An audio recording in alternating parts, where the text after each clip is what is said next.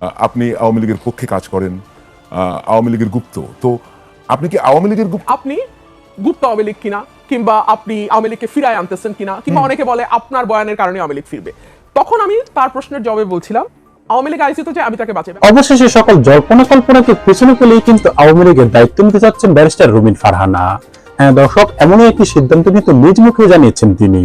এই যে রুমিন ফারহানা 17 বছর বিএনপির পক্ষে কথা বলেছে, দেশের পক্ষে কথা বলেছে, হঠাৎ করে 180 ডিগ্রি অ্যাঙ্গেলে ঘুরে গিয়ে সে আওয়ামী লীগের পক্ষে কথা বলছে কেন? এবার স্বতন্ত্র প্রার্থী ব্যারিস্টার রুমিন ফারহানা সরাসরি বলেছেন, আওয়ামী লীগ গত 17 বছরে যা করেছে অন্যান্য দল আগামী 100 বছরেও পারে কিনা অসম্ভব। সংসদে যে রুমিন ফারহানা বলছে যে শেখ হাসিনা বাংলাদেশে আসতে পারবে, তার আইনি কোনো ঝামেলা নাই। বিএনপির সাবেক নেত্রী ব্যারিস্টার রুমিন ফারহানার এক সিদ্ধান্তে তোলপাড় পুরো দেশের রাজনৈতিক অঙ্গন, যেন এক প্রলয়ঙ্কারী ঝড় দেশের রাজনীতিতে হানা দিয়েছে। হ্যাঁ দর্শক শ্রোতা, ব্যারিস্টার রুমিন ফারহানা যে সিদ্ধান্তটি নিয়েছে এই মুহূর্তে, সেটা শুনলে আপনারা রীতিমতো একেবারে চমকে উঠবেন।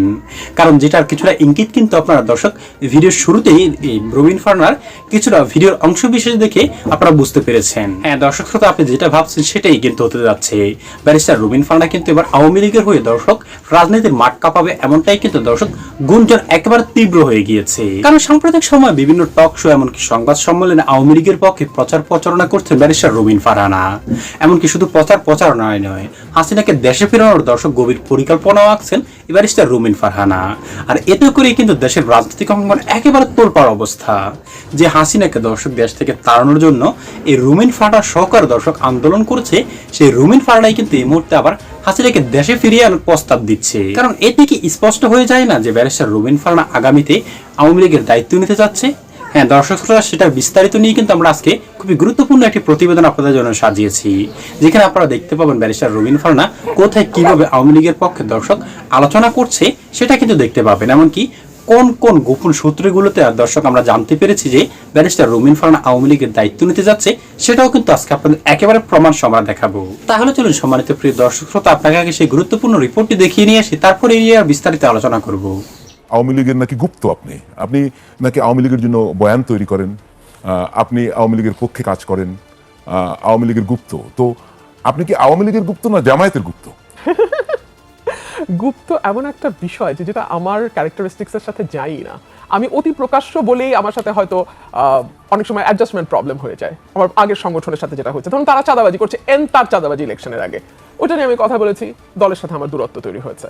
আমি নানান অপকর্ম যেগুলো হচ্ছিল দলে, সেগুলো নিয়ে সোচ্চার হয়েছি। অফকোর্স 5ই অগস্টে পার্টিকুলার সারফেসড হয়েছে, তখন আমার সাথে একটা দূরত্ব তৈরি হয়েছে। আমি এত কথা না বললে আমার এই দূরত্ব তো হতো না। সো আমার কাছে মনে হয় গুপ্ত থাকার জন্য যে প্রতিভা দরকার সেটা আমার নাই। তো এত কথা বলার দরকার কি আপনার? এইটা বরং ভালো কথা। এত কথা বলার আসলে দরকার কি? আমার ধারণা বিষয়টা আমার জিনের মধ্যেই আছে। আমার বাবাও চুপ থাকতে পারতেন না। উনি চুপ থাকলে হয়তো 144 ধারা ভাঙাও হতো না, বাংলা ভাষা রাষ্ট্রভাষাও হতো না, এবং তখন দমন করতে পারলে 69-এর গণ অভ্যুত্থান কিংবা 71-এর মুক্তিযুদ্ধ সেই পটভূমিটাও তৈরি হইতো না। তো এই যে চুপ করতে না পারা তো আমাদের হেরিডিটারি, এটা আমাদের ব্লাডে।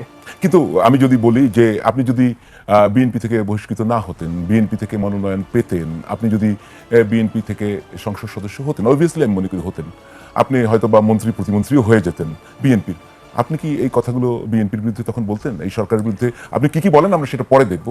আপনি কি বলতেন একদম আপনি বুকে হাত দিয়ে বলেন? হ্যাঁ, বুকে হাতে, শোনেন, বুকে হাত দিয়ে মানুষ মিথ্যা বলে, আমি ওই লাইনেই যাবো না। আমি আইনজীবী, আমি যুক্তি দেখাই আপনাকে।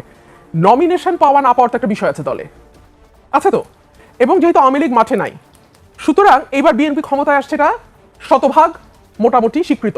হ্যাঁ বলেন কি, নাকি আপনি একমত না? একমত না হলে আমি আলাপে যাবো না। আমি তো আপনার সাথে একমত বা দ্বিমত কোনোটাই না, আমি তো আপনার কথা শুনতে চাই এবং দর্শকরা তাই। আপনি যখন আমাকে প্রশ্ন করছেন, তাহলে তো আমার যদি এই স্টেপগুলোর সাথে আপনি একমত না হন, তাহলে তো আমি আমার কনক্লুশনে যেতে পারবো না। আপনারটা আমি একমত হলাম, তারপরে বলুন। তারপরে এক হচ্ছে নমিনেশন পাওয়া না পাওয়ার একটা ব্যাপার আছে, 2 হচ্ছে বিএনপি ক্ষমতায় যাচ্ছে, এটা মোটামুটি স্বীকৃত। 3 হচ্ছে আপনি আপনার প্রশ্নে বললেন যে মন্ত্রী-ফন্ত্রীও হয়ে যেতে পারতাম, আপনি বললেন। আচ্ছা, আপনার এই 3 নম্বরটা আমি জানি না, কিন্তু প্রথম 2টা তো সর্বজন স্বীকৃত। তাহলে আমি চাঁদাবাজি নিয়ে তো ভোকাল হইলাম কেন? আমি কি জানি না যে এটা আমার নমিনেশনে এফেক্ট করবে? আমাকে কি প্রশ্ন করা হয় নাই যে আপনি যেভাবে বলছেন? তখন আমি এই আপনার আজকে যেরকম ওপেন শো সবাই দেখছে, সেই দিনও খুব সম্ভবত বাংলা বিষয়ে আমি বলেছিলাম ধানের শীষ না দিলে হাসে করব, বললাম তো যে এটা তো আমি আজকে না, এটা তো সেই 2024 সালের ডিসেম্বর থেকে আমি শুরু করছি বলা, যখন থেকে এগুলো এভাবে সারফেসড হয়েছে। তো 2024-এর ডিসেম্বরে তো আমার জানার কথা না ইলেকশন কবে। 2024 সালে তো অন্তত এইটুকু জানতাম যে একটা নমিনেশনের ব্যাপার থাকবে সামনে, কারণ আওয়ামী লীগ নাই মাঠে। এটুকু তো জানতাম।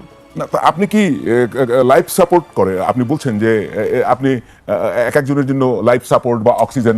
আমি একটু বলি, সেটা হচ্ছে যে আওয়ামী লীগের আপনি যে বয়ান আমার ক্রিয়েট করেন, কথাগুলি আমার মুখস্থ। আমি সেগুলো একটু আমার কথাগুলি আমার মুখস্থ, আমি আপনাকে বলতে বলেন, পারবো, বলেন, দেখানোর দরকার নাই। বলেন। আমাকে খালেদ মহিউদ্দিন প্রশ্ন করছিল যে আপনি গুপ্ত আওয়ামী লীগ কিনা, কিংবা আপনি আওয়ামী লীগকে ফিরায় আনতেছেন কিনা, কিংবা অনেকে বলে আপনার বয়ানের কারণে আওয়ামী লীগ ফিরবে। তখন আমি তার প্রশ্নের জবাবে বলছিলাম যে আমি তো তাহলে লাইফ সেভিং মেশিনের মতো, যখন বিএনপি আইসিইউতে যায় আমি তাকে বাঁচাই, যখন আওয়ামী লীগ আইসিইউতে যায় আমি তাকে বাঁচাই। ব্যাপারটা আসলে আওয়ামী লীগ বা বিএনপি না, আমি আমার সাদা চোখে যা দেখি আমি সেটাই বলি। এখন মুশকিল হচ্ছে আমরা এত ধান্দাবাজির সমাজে বাস করি, এত মিথ্যা সমাজে বাস করি, এত ফেক সমাজে বাস করি, এত তেলবাজের সমাজে বাস করি, এবং এত অল্পতে আমরা আমাদের আত্মা বিক্রি করি। জি, আমি খুব বুঝে শুনে খুব শক্ত একটা শব্দ বলেছি, আমরা আত্মা বিক্রি করি খুব সস্তায়। সেই কারণে আমাদের ভূমিকা বা আমার মতো মানুষের ভূমিকা আপনাদেরকে সবসময় এক ধরনের ডিলেমার মধ্যে ফেলে, এবং সেটা ফেলতে গিয়ে আপনারা কখনো বলেন আমি গুপ্ত, কখনো বলেন আমি সুপ্ত, কখনো বলেন আমি এই দল, আমি ওই ভাই, আমি কোনো দলের না। আমি বাংলাদেশের মানুষ যা বলে, অসংখ্য মানুষ, কোটি কোটি মানুষ যা বলে, সেই কথাগুলো আমি এখানে বলি। পার্থক্য হচ্ছে ওনাদের আওয়াজটা আপনাদের পর্যন্ত যায় না, আর ওনাদের আওয়াজটা ওখান থেকে এনে আমি এখানে বলি। বিএনপির সময় আমি তাই বলছি, আওয়ামী লীগের সময় আমি তাই বলতাম, ইন্টারিমের সময় আমি তাই বলেছি। পৃথিবীর যেই দেশেই আপনি রাজনীতির সঙ্গে যুক্ত হন না কেন, আপনার লক্ষ্য থাকবে আপনি একদম টপে প্রধানমন্ত্রী বা সরকার প্রধানের দায়িত্বে যাবেন। বাংলাদেশ খুব বিরল দেশগুলোর একটা, যেখানে বিশেষ পরিবারে জন্ম না নিলে প্রধানমন্ত্রী হওয়ার স্বপ্ন দেখাটা অপরাধ, ব্লাসফেমির মতোই অপরাধ। সো এরকম একটি দেশে দুর্ভাগ্যজনকভাবে আমরা যারা রাজনীতিতে জড়িয়ে যাই, আমাদের স্বপ্ন খুব বেশি হলে মন্ত্রিত্ব পর্যন্ত, কিন্তু মন্ত্রিত্বের ব্যাপারে কারো কারো রিজার্ভেশন থাকতেই পারে। সবাই যে প্রধানমন্ত্রী গাড়ির পেছনে দৌড়ানোর মানসিকতা থাকবে তেমন তো নাও হতে পারে, তাই না? কিংবা ধরুন প্রধানমন্ত্রী যখন তার আসনে বসবেন সংসদে, হাঁটু গেড়ে পায়ের সামনে বসে ফিস ফিস করে প্রধানমন্ত্রীর নেক নজর পাওয়ার জন্য কাকুতি মিনতি করবে এই মন্ত্রীরা, এরকম মন্ত্রী হওয়ার ইচ্ছা কারো কারো নাও থাকতে পারে, তাই না? সো আমি তাদের জন্য বলেছিলাম যে এই অভ্যুত্থান আমাদের অনেক কিছু শিখিয়েছে। তার মধ্যে একটা হলো যে আপনি যেই অবস্থা থেকেই আসেন না কেন, যেই পরিস্থিতি থেকেই আপনি আসেন না কেন, আপনার যদি মেধা থাকে, যোগ্যতা থাকে, দক্ষতা থাকে, জনপ্রিয়তা থাকে, মানুষ আপনাকে ভালোবাসে, আপনার যদি সেই রাজনৈতিক প্রজ্ঞা থাকে, তাহলে সর্বোচ্চ স্বপ্ন দেখতে বাধা কেন? ধরুন আজকে এই যে আমরা প্রশ্নটি করছি এবং এটা নিয়ে আলোচনা করছি, এটাই ইন্ডিকেট করে যে এই দেশটার মধ্যে এটা খুব স্বাভাবিক বিষয় নয়। কেন নয়? বিকজ আমরা ধরেই নিয়েছি, এবং এটা আমাদের মজ্জাগত। দেখুন, সেই মোগল আমলের মতো রাজার ছেলে রাজা হবে, রাজার পরিবারের বাইরে আসলে কেউ শাসক মানে রাষ্ট্র পরিচালনার দায়িত্ব যেতে পারবে না। সেই জায়গাটা থেকেই তো এই প্রশ্নটা, তাই না? না হলে একজন রাজনৈতিক কর্মী, সে যেই দলেরই কর্মী হোক, তার তো সর্বোচ্চ স্বপ্ন থাকারই কথা, এবং সে হতেও পারে। সেটা আপনি যদি ওয়েস্টার্ন ডেমোক্রেসির দিকে তাকান, এটা কি অমুকের ছেলেই প্রধানমন্ত্রী হবেন, এরকম উদ্ভট গণতান্ত্রিক দেশ তো আসলে পৃথিবীতে নাই। আপনি কি স্বপ্ন দেখেন প্রধানমন্ত্রী হওয়ার? আমি মনে করি স্বপ্ন দেখার অধিকার প্রত্যেকের আছে। আপনার সেই যোগ্যতাও আছে? সেটা মানুষ বিচার করবে। কার যোগ্যতা আছে কার না, এটা তো মানুষ বিচার করবে।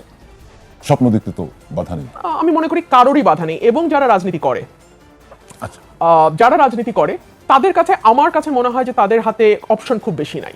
এক হচ্ছে আপনি স্টিয়ারিং এ গিয়ে আপনি যেরকম বাংলাদেশ তৈরি করতে চান, স্বপ্ন দেখেন, সেটা বাস্তবায়নের জন্য কাজ করা। আর আরেকটা হচ্ছে পাবলিক ইন্টেলেকচুয়াল হয়ে কি হওয়া উচিত, কি হওয়া উচিত না, সেটা নিয়ে আলাপ দেয়া, বয়ান তৈরি করা। সো আমার কাছে মনে হয় রাজনৈতিক কর্মী, প্রতিটা কর্মীরই এই স্বপ্ন থাকা উচিত যে আমি আমার স্বপ্ন বাস্তবায়ন করব। জি। তো আপাতত তো এই মেয়াদে আপনি প্রধানমন্ত্রী হতে পারছেন না, কিন্তু রাষ্ট্রপতি পদে তো দাঁড়াতে পারতেন, সেটা কেন দাঁড়ালেন না? দেখুন, আমরা 70 অনুচ্ছেদ নিয়ে যাই বলি না কেন, আমাদের মাননীয় চিফ হুইপ মহোদয় বলে দিচ্ছেন দলের বাইরে ভোট দিলে কিন্তু খবর আছে। সো এই রাষ্ট্রপতি নির্বাচনটাও তো একটা অনর্থক কালক্ষেপণের বাইরে কিছু নয়। জি। হ্যাঁ, কারণ যিনি বিরোধী দল থেকে দাঁড়াচ্ছেন তিনিও জানেন যে তার হাতে আসলে 77টার বেশি ভোট নাই, আর মহিলা কতগুলো ভোট ধরলে 80টা 82টা ভোট হয়তো তিনি পাবেন। আর যিনি সরকার দলের তরফ থেকে দাঁড়াচ্ছেন তিনি জানেন যে বাকি 230টা ভোট তার। সো তাহলে তো আসলে এখানে নির্বাচন হওয়াটারই বা কি আছে, আর ভোটাভুটিরই বা কি আছে? আমাকে গাইবান্ধায় পাঠানো হচ্ছে, আমাকে কিশোরগঞ্জে পাঠানো হচ্ছে, আমাকে কুমিল্লায় পাঠানো হচ্ছে।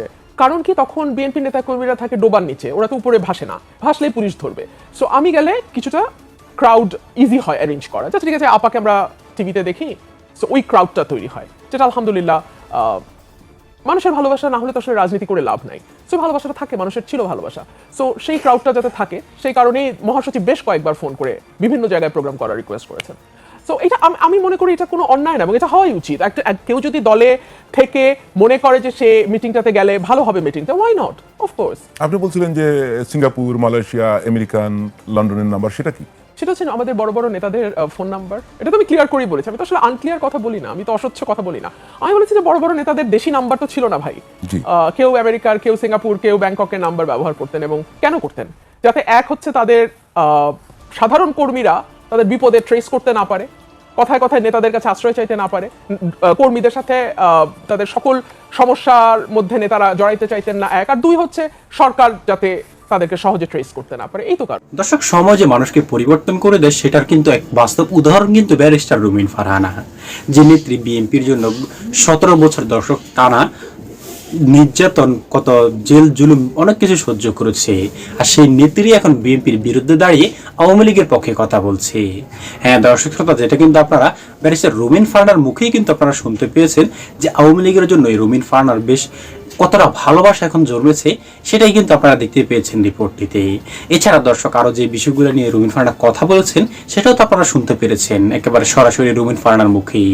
এতে কি দর্শক, আপনার কি মনে হয় না যে ব্যারিস্টার রুমিন ফারহানা হয়তোবা আওয়ামী লীগের দায়িত্ব নিতে যাচ্ছে? যেভাবে সে আওয়ামী লীগের পক্ষে কথা বলছে, হাসিনাকে দেশে ফিরিয়ে আনার কথা বলছে, দর্শক এতে কি যে বিষয়টি স্পষ্ট হয় না যে হয়তোবা হাসিনার সঙ্গে রুমিন ফারহানার কোনো কথোপকথন হয়েছে, নাকি এই আওয়ামী লীগের যে নেতাকর্মীরা রয়েছে বিদেশে তাদের সঙ্গে কোনো কথোপকথন হচ্ছে রুমিন ফারহানার?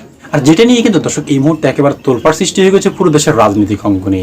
বিএনপির ভাগা ভাগা নেতাদের দর্শক রাতের ঘুম হারাম হয়ে গেছে রুমিন ফারহানার এরকম কথাগুলি শুনে। কারণ দর্শক, আওয়ামী লীগ যদি আবার দেশে ফিরে আসে, বিএনপি থেকে শুরু করে জামায়াতে ইসলাম এমনকি যে সকল রাজনৈতিক দলগুলো রয়েছে দর্শক, তাদের মধ্যে মানে তাদেরকে যে একটা হানাহানি শুরু হয়ে যাবে দেশের মধ্যে দর্শক, সেটাই কিন্তু স্পষ্ট মানে বোঝা যাচ্ছে। আর যার ফলশ্রুতিতেই কিন্তু রুমিন ফারহানার এমন কথা শুনে দেশের রাজনৈতিক অঙ্গনে একেবারে তোলপাড় সৃষ্টি হয়ে গেছে। হ্যাঁ দর্শক শ্রোতা, রুমিন ফারহানার আজকের এই বক্তব্যগুলি এমনকি কথাগুলি শোনার পর আপনার কি মনে হয়েছে সেটা অবশ্যই আমাদের কমেন্ট বক্সে লিখবেন। এবং আরও লিখবেন যে ব্যারিস্টার রুমিন ফারহানা আওয়ামী লীগে যোগদান করলে দর্শক কেমন হবে। তাই আপনার কাছে বিশেষ করে অনুরোধ থাকবে দর্শক, আমাদের ভিডিওতে অবশ্যই একটি লাইক দিবেন এবং পরবর্তী আপডেটগুলোর জন্য এখনই আমাদের চ্যানেলটি সাবস্ক্রাইব করে রাখবেন। আজ এ পর্যন্ত, ভালো থাকুন সকলেই।